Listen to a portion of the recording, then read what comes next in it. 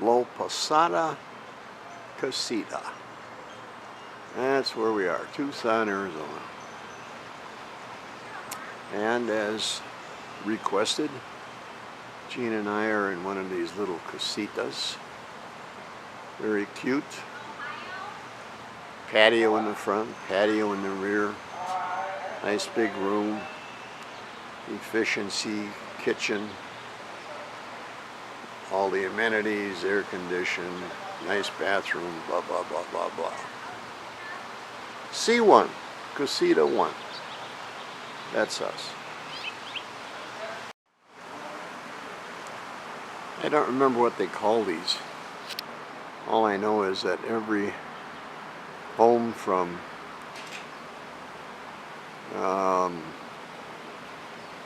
Arizona to California, New Mexico, Texas, got one of these very unique fireplaces. It's not chimichanga, chimanga, I don't know, something like that. Anyway, this one's pretty big. We're hoping to make a fire in here before we leave. That would be nice.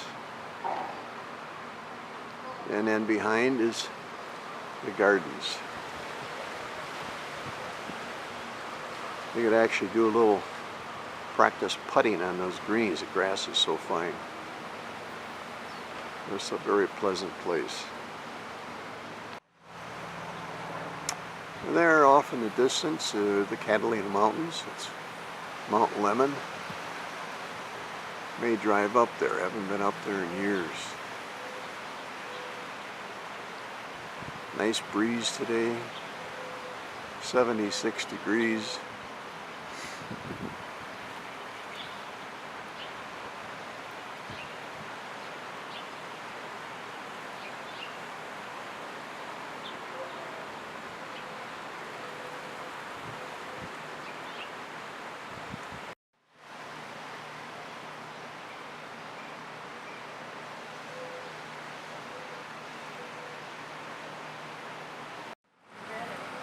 So this is typical of Arizona. This is some kind of a rock from somewhere, and you can see the copper oxide, the beautiful green. Just wonder how the copper mines are doing this. Oh, well, they were in trouble years ago. I wonder if they're still up and running. Copper, copper.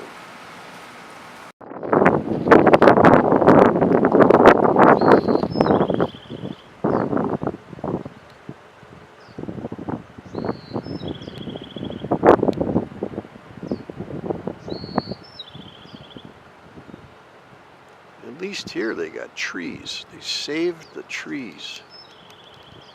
Wow. What an interesting community.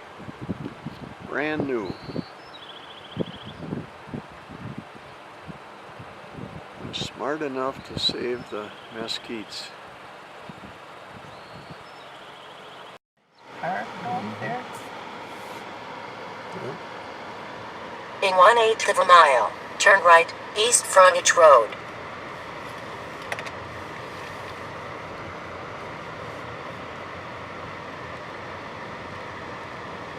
Perform a U-turn when possible. We will.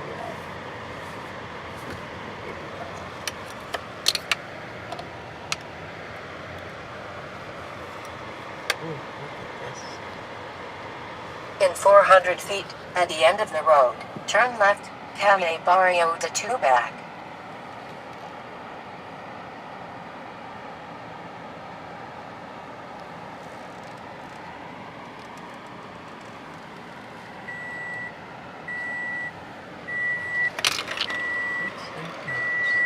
I don't have my seatbelt on. Look at swirl, trees. That, what a difference from Green Valley. And got a twig there.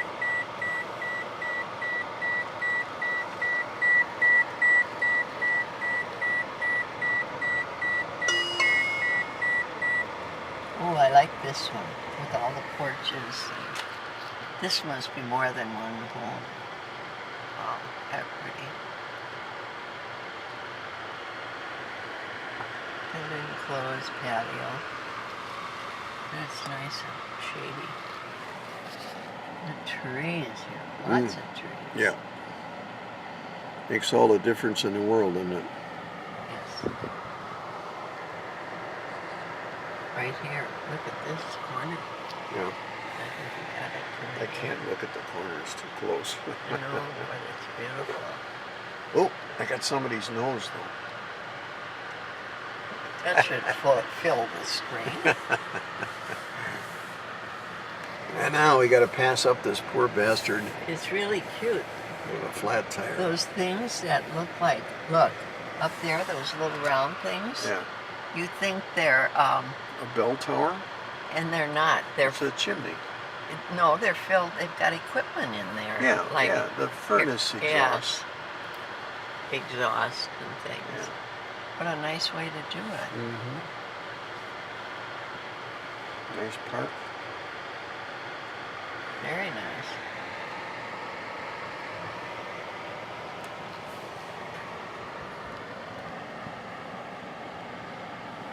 I noticed one thing though. There's a lot of old people live here. Oh, Frank. You're not checking their hearts. Oh, look at this porch and this wraparound.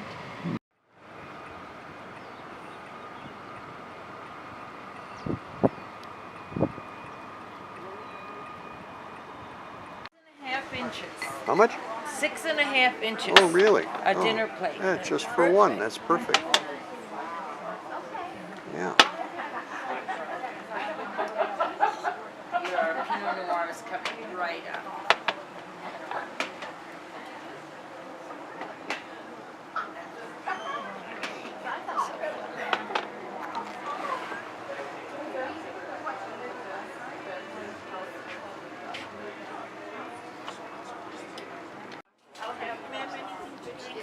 So no spices on the chicken, salt. Okay.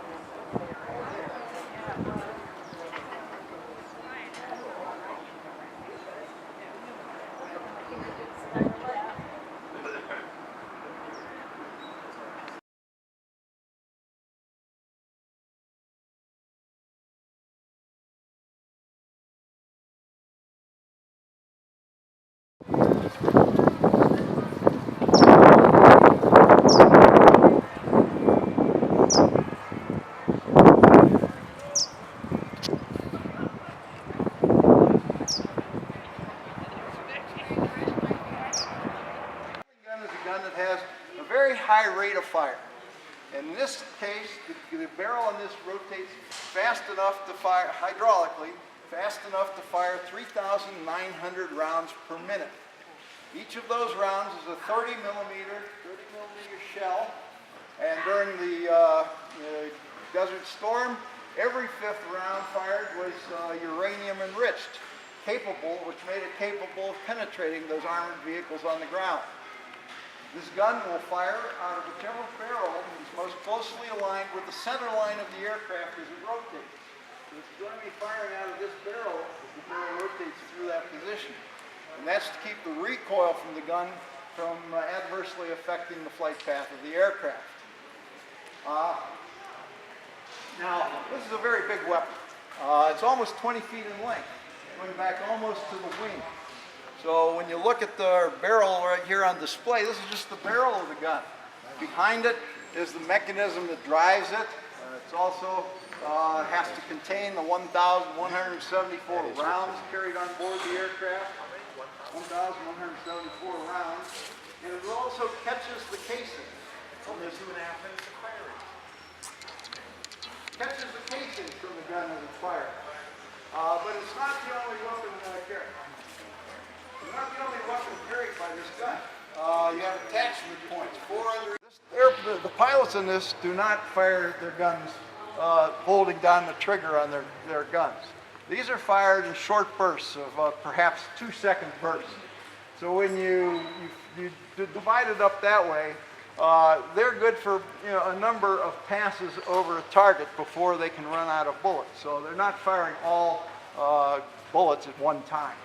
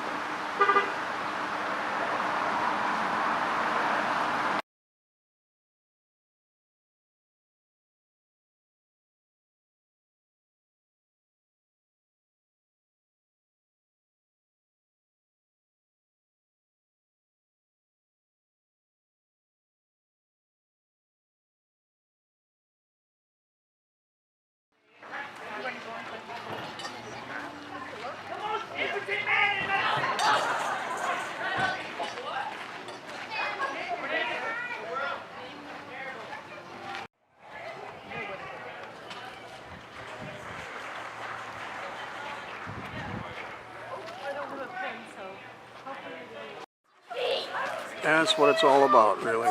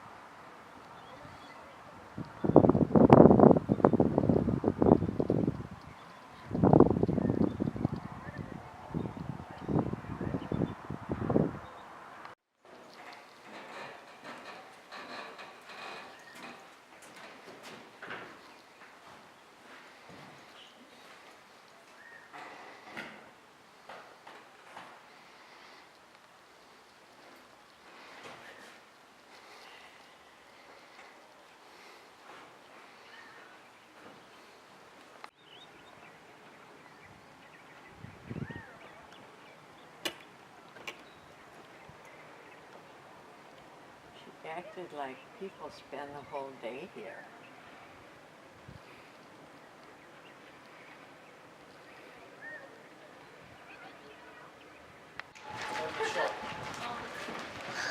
I remember that chapel from last time. So these buildings in front of us are new. This was an open field where that photographer was last time we were here.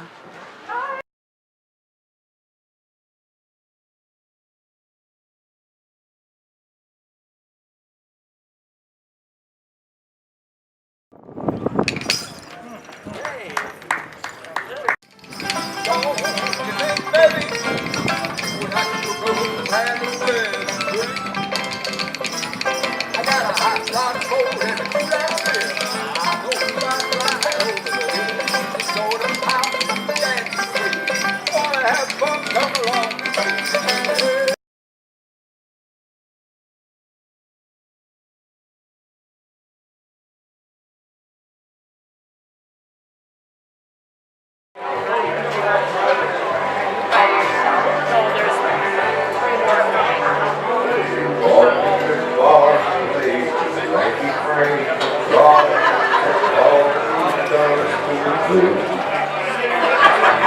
name on it or something?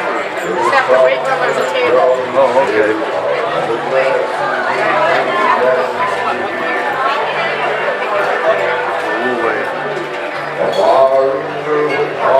Where's the bar? We sat last time.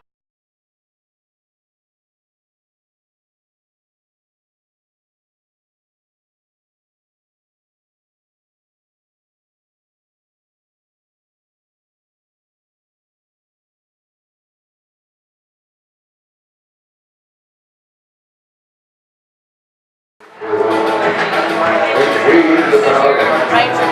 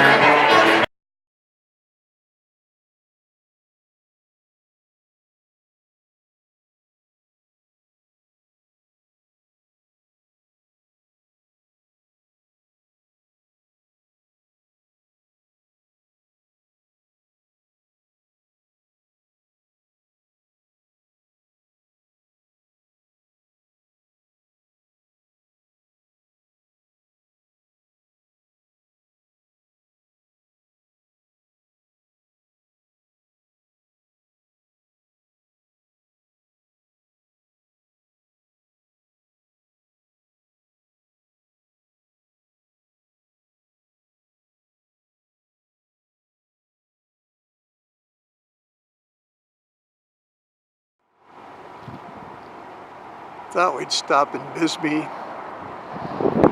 Haven't been here for a long, long time. Sort of a unique place. A couple square miles of nothing but copper mining. Everything red. All the hills. The town is sort of crappy, but nevertheless interesting with the mine here.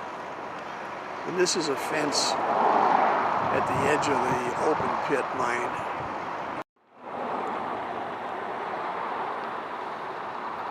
So this is the big hole, the open pit version.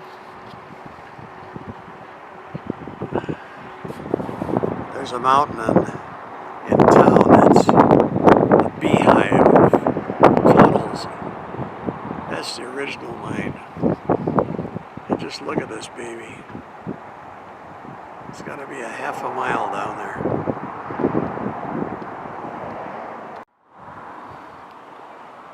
And there's patient Jean waiting while I take movies.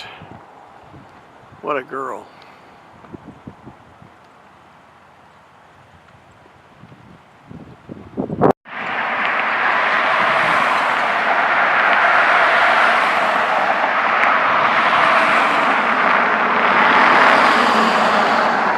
So we're headed right to the top of that mountain right there.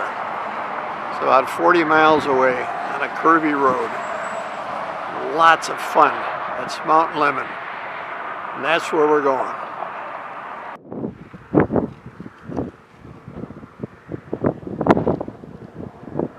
can't even see it.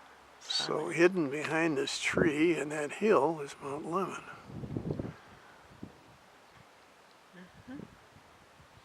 I'm gonna go get the elevation. I don't even know how high we went.